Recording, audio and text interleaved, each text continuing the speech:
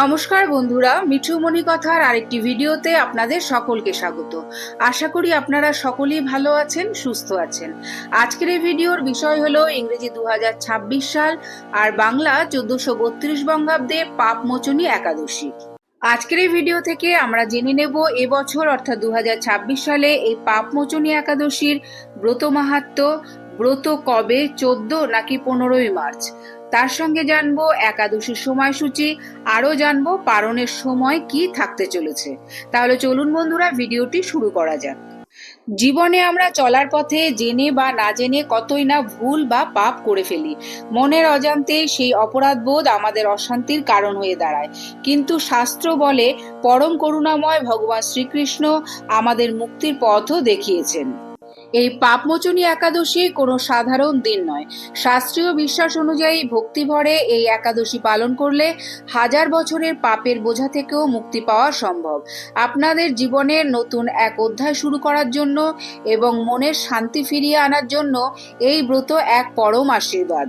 আজকের এই ভিডিও থেকে আমরা জানবো 2026 সালের এই বিশেষ একাদশীর সঠিক সময়সূচি, পারণের নিয়ম এবং এর অপার মাহাত্ম্য। ভিডিওটি শেষ পর্যন্ত দেখার অনুরোধ রইল, কারণ আপনার একটি সঠিক পদক্ষেপ আপনার আত্মাকে পবিত্র করতে পারে। প্রথমেই জেনে নেব পঞ্জিকা অনুসারে একাদশীর পূর্ণাঙ্গ সময়সূচি।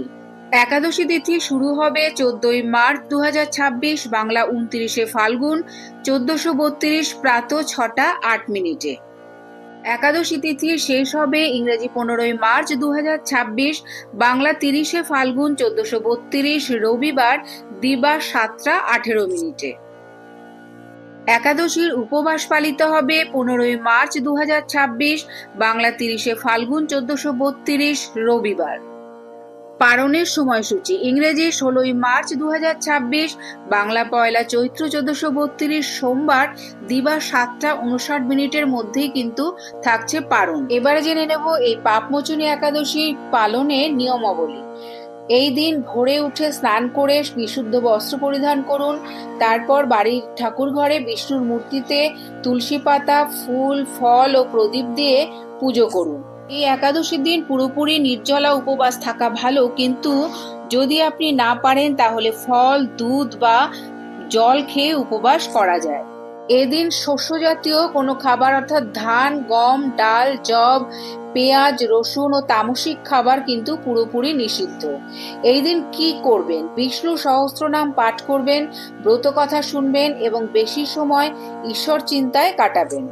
এই দিনে খাদ্য, বস্ত্র বা প্রয়োজনীয় জিনিস অসহায়দের দান করা অত্যন্ত পুণ্যময় বলে মনে করা হয়। এবারে জানবো পারণের নিয়ম।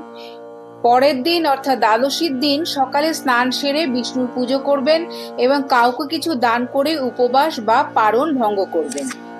এই পাপমোচনী একাদশী পালনে মানুষ অতীতের সমস্ত পাপ থেকে মুক্ত পায় বলে বিশ্বাস করা হয়। আজকের এই ভিডিওটি এই পর্যন্তই। যদি ভিডিওটি ভালো লেগে থাকে তাহলে অবশ্যই একটা লাইক, কমেন্ট করবেন আর আমার চ্যানেলটিকে সাবস্ক্রাইব করে আমার পাশে থাকবেন। দেখা হচ্ছে অন্য কোনো ভিডিওতে, অন্য কোনো পর্বে। ততদিন আপনারা সবাই খুব ভালো থাকবেন, সুস্থ থাকবেন।